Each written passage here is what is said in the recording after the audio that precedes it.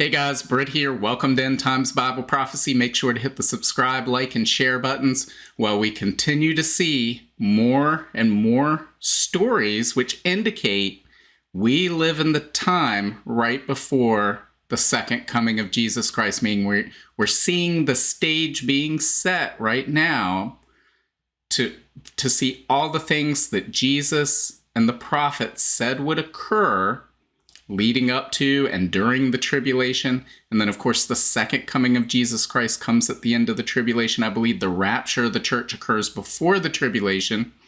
So we're seeing the stage being set for these events to take place in the very near future. So we've been over many of those, but here today we're going to talk about a few more news stories related to that, starting with this one right here. So this is from Al Arabia News. It says Putin's move to secure Libya bases is new regional challenge for U.S. and European allies. So remember, the Ezekiel 38:39 talks about a coalition that will come against Israel in the last days. It will be led by Russia, and it will have a number of nations such as Turkey, Iran, but it also mentions Sudan and Libya. So let's see what this has to say. It says Russia is moving to expand its military presence in eastern Libya, a plan that could lead to a naval base, giving it a significant foothold on Europe's southern doorstep. A defense accord is being hammered out between Russian President Vladimir Putin and Libya's Eastern Military Commander, Khalifa Haftar, following their meeting in Moscow in late September, according to people briefed on the matter, who asked not to be identified discussing sensitive issues. The escalation of Russian activity in Libya represents a fresh challenge to the United States and its European allies, which are already locked in a standoff with the Kremlin over its invasion of Ukraine and the country's potential role in any wider Middle East conflict stemming from the Israel-Hamas war. Russia has been heavily active in neighboring Syria throughout that country's decade-long civil war. And let's talk about that for a second. So Russia has military assets in Syria. For all intents and purposes, parts of Syria are part of Russia now. Ezekiel 38 and 39 specifically talks about the invaders coming from the north of Israel. Syria is directly to the north of Israel, and we see Iran, Turkey, Russia, three of the members of this Ezekiel 38-39 coalition, all have military assets in Syria on Israel's northern border. So let's read on. It says, the threat is being taken very seriously by the U.S. administration, said Jonathan Weiner, a former U.S. Special Envoy to Libya. Keeping Russia out of the Mediterranean has been a key strategic objective. If Russia gets ports there, that gives it the ability to spy on all of the European Union.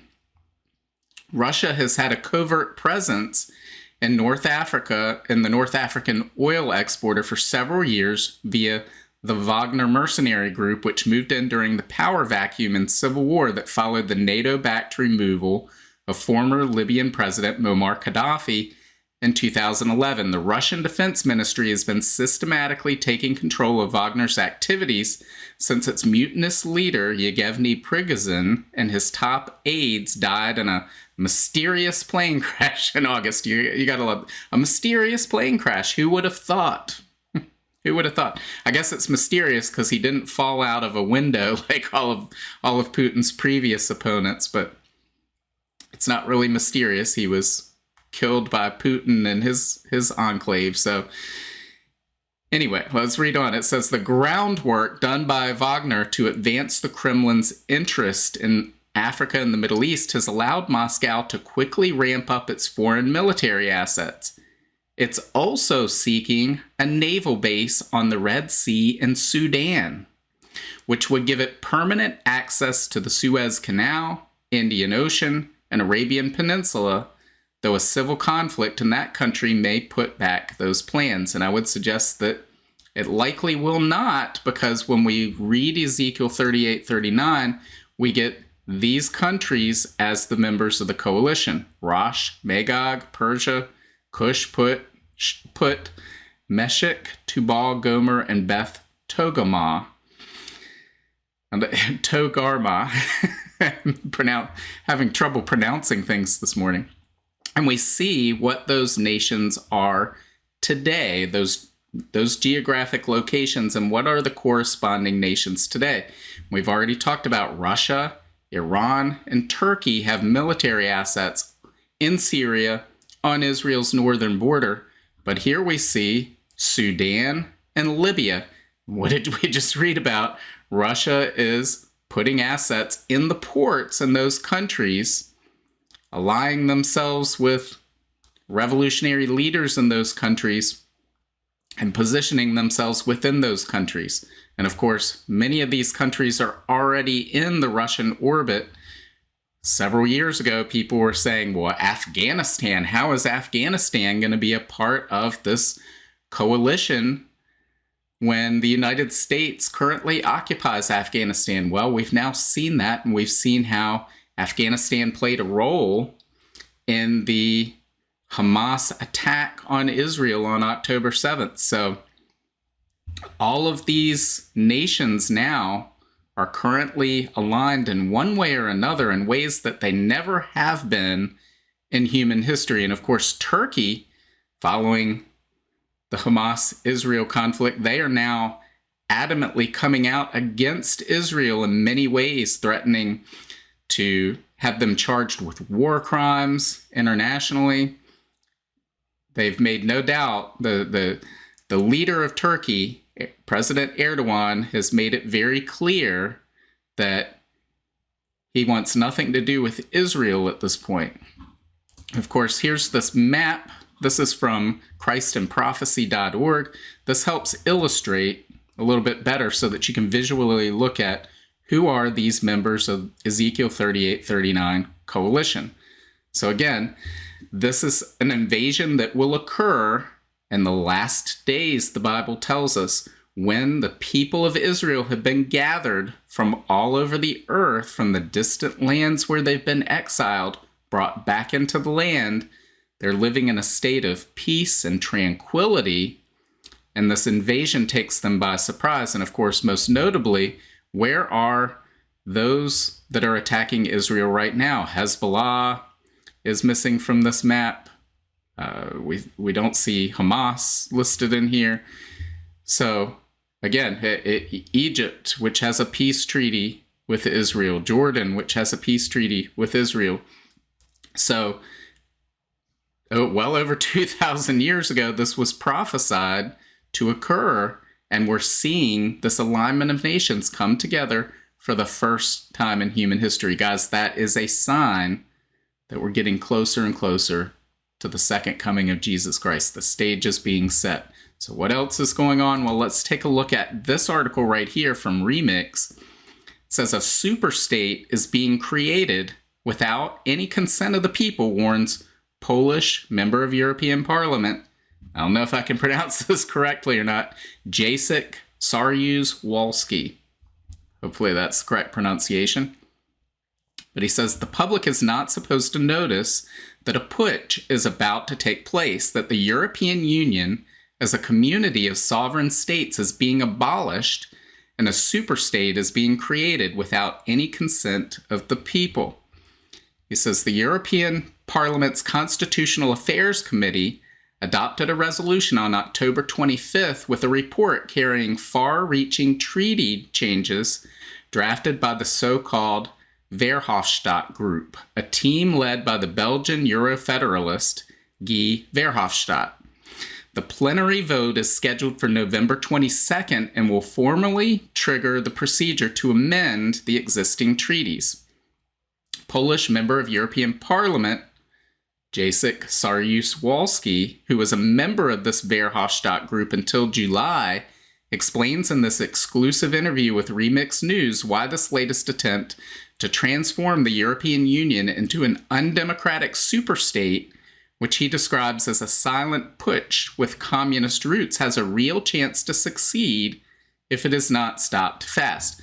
And he goes on in this interview to describe what's taking place, of how this intimidation and a bunch of other, the use of funds, all sorts of things are being used to cajole people into voting for amending these treaties so that rather than needing a unanimous vote, it would need, I think, 4/5 of the member nations to vote. And then they would be able to, if it's 4/5, they would be able to force the other 1/5 to go along with the changes. And of course, we had recent elections in Poland that moved Poland more into the left World Economic Forum crowd and away from its conservative roots that were pushing back against this European superstate. So will they be able to push this? Again, I'm going to put a link to this article so you can go read this in full if you're interested in learning about the details of what he's talking about. But according to this, there is a push to create this European superstate and take away the sovereignty completely, once and for all of these individual member nation states of the European Union. And that is what we would expect to see if, this is a big if, the European Union is the final empire, the revived Roman Empire spoken about in Daniel chapter 2. And I believe there's a good chance that it is. That's my personal opinion. We won't know, and hopefully we won't be here, but we won't know until that time comes when we see that empire emerge.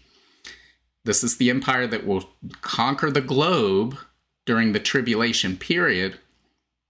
But according to Daniel 2, that empire has certain characteristics we see when we look at the European Union, such as it would be composed of, it says nations that are like iron and nations that are like clay, and then it specifically says why they're iron and clay. It talks about the iron nations are bigger and stronger, and the clay nations are weaker and smaller, and that's what we see. We see this combination of some of the largest economies in the world, some of the largest militaries in the world, with some of the smallest economies, smallest militaries in the world. And it says they would come together in hopes of forming an alliance to strengthen themselves, and that's exactly what the European Union is. It also talks about how they would struggle to mix together. It would create this volatile mix. Just as iron and clay would struggle to stick together, so it would be with this final world empire. And that's what we see with the European Union. We've seen Brexit. We've seen talk of that being reversed if new leadership comes into power in the UK and brings the UK back into the European Union. And of course, part of some of the changes they've made is there will be no opting out of the euro if you're part of the European Union. So if that happens, the British pound will go away and the euro will be the dominant currency in the UK. So we're seeing all of these things that we would read about in Daniel chapter 2 occur in the European Union. The only thing we don't really see is the 10 specific members of that final Roman Empire. Are they parts of the European Union? Again, who knows? We'll know one day. This is speculation right now. What we do know is the Bible's track record is 100% accurate. Mine is not, so I could be wrong. But looking at what is described in Daniel chapter 2, I believe that the European Union is that member nation. So if it is, what else would we expect to see? Well, we would expect to see things like this. This is from American Greatness. It says, the EU moves forward with digital ID despite security concerns and potential for abuse. It says, the European Parliament and the Council of the European Union reached a final agreement this week on the establishment of European digital identity wallets, the first central and fully digital identification system for all Europeans.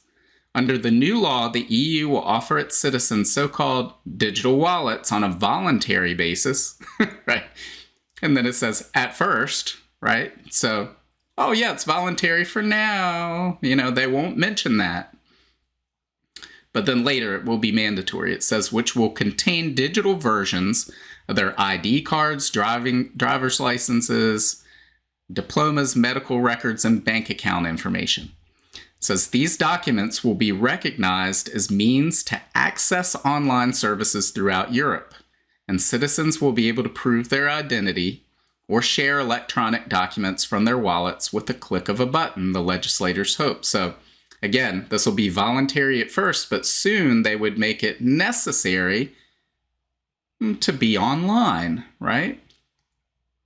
So to be online, you would have to use this. And of course, as they launch the digital euro and their central bank digital currency, well, what does that operate on? Well, it operates online, so you can see where they're going with this. Eventually, in order to do anything online, in order to transact or the ability to participate in commerce, you will need to have a digital wallet and use their central bank digital currency. It's optional at first, right? At first, then it's going to be mandatory. It says this marks an important step toward the digital decade 2030 targets. And of course, we all know 2030 is the favorite year for all of these crazy people. It says targets on the digitalization of public services, the EU Commission said in a statement Wednesday.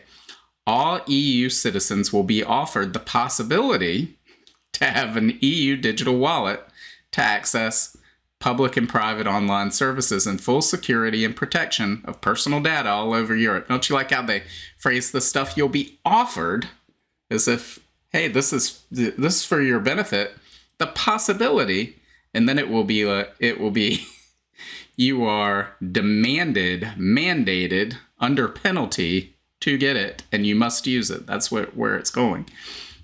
It says the agreement reached by the co-legislators is now subject to formal approval by the European Parliament and the Council. Once formally adopted, the European Digital Identity Framework will enter into force on the 20th day following its publication in the official journal. The agreement came just a few weeks after Christine Lagarde, the head of the European Central Bank, announced that the European Union was moving forward with its development of its new central bank digital currency, the digital euro. Conservative EU lawmakers and cybersecurity experts have opposed these developments, warning that large-scale abuse is inevitable in an all-encompassing digital identity system. And again, this is what we would expect to see if the European Union is the final empire outlined in Daniel chapter 2, the same empire that in Revelation 13 is able to implement the mark of the beast system, which requires everyone to have this mark to worship the Antichrist, and without it, they cannot buy or sell. Again, we are seeing in many ways the infrastructure for that being put in place. That doesn't mean any of this is the mark of the beast. Again, that will come during the tribulation period, but it's just not going to appear overnight. We're seeing all the pieces put in place. We're seeing the stage being set for that mark of the beast system because we're seeing digital currencies roll out. We're seeing these digital IDs roll out, and they're offered as a possibility that maybe you might want to use now.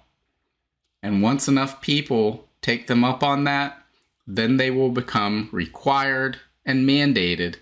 Everyone will be in that system, and just as warned in this article, all freedom and liberty will go away because this all-encompassing digital ID system will give complete power to the state in ways that dictators in the past could only dream of. So again, if the European Union is the final empire outlined in Daniel chapter 2, and I believe some form of it, whether now or some future form of it, will be, then we would expect to see things like this taking place. We would expect to see things like this. This also is from Remix. It says, European Parliament lifts immunity of 4 Polish conservative members of European Parliament facing criminal charges for retweeting criticism of illegal migration.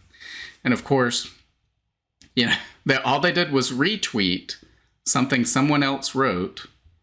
Freedom of speech is just disappearing, guys. It says the European Parliament has voted to lift the immunity of 4 of Poland's governing parties' MEPs who have been accused of violating hate crime laws for endorsing an election advertisement that warned of the dangers of mass immigration.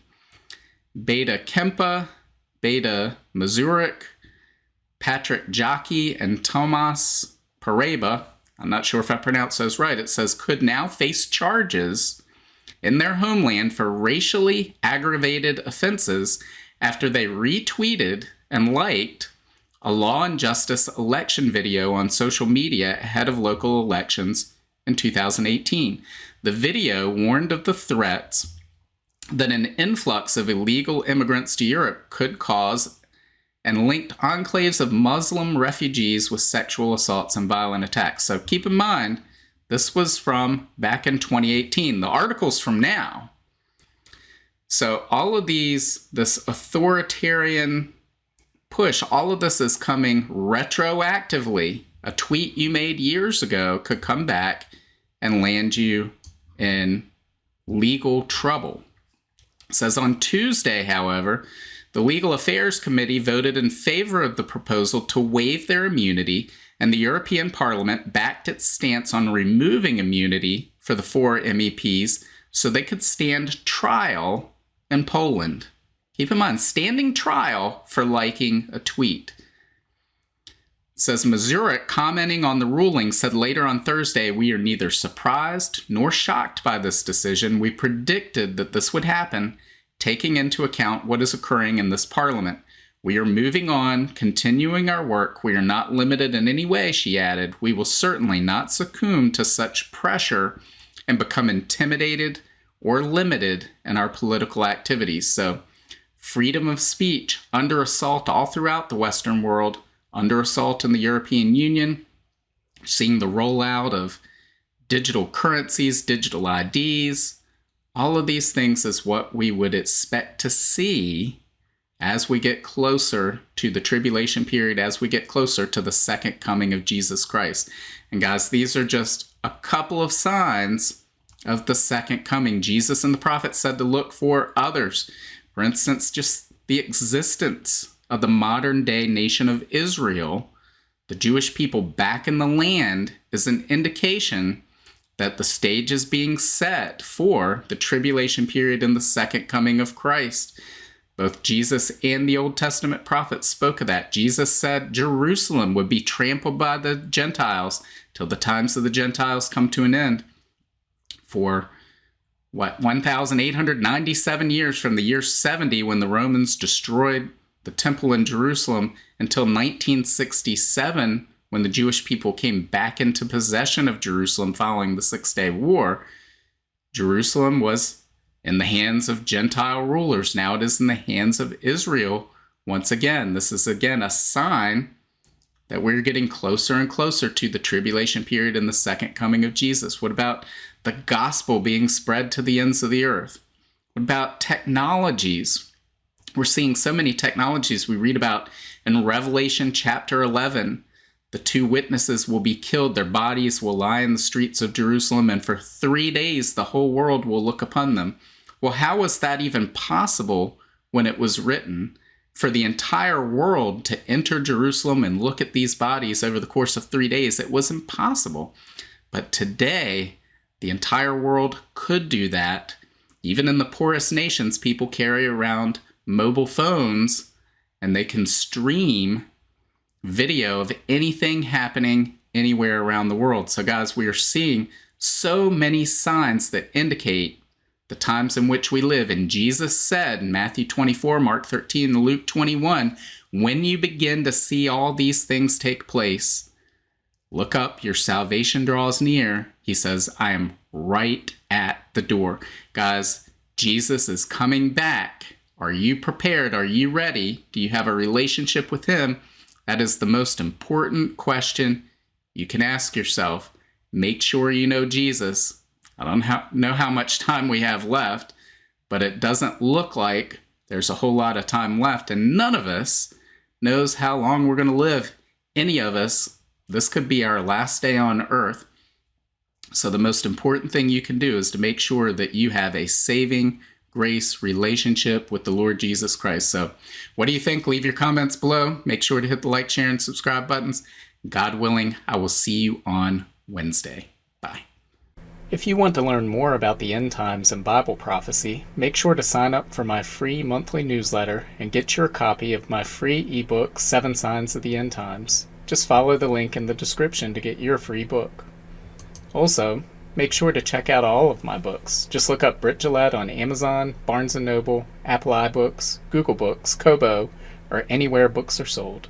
Thanks for watching today, and until next time, keep your eyes fixed on Jesus, the author and perfecter of our faith.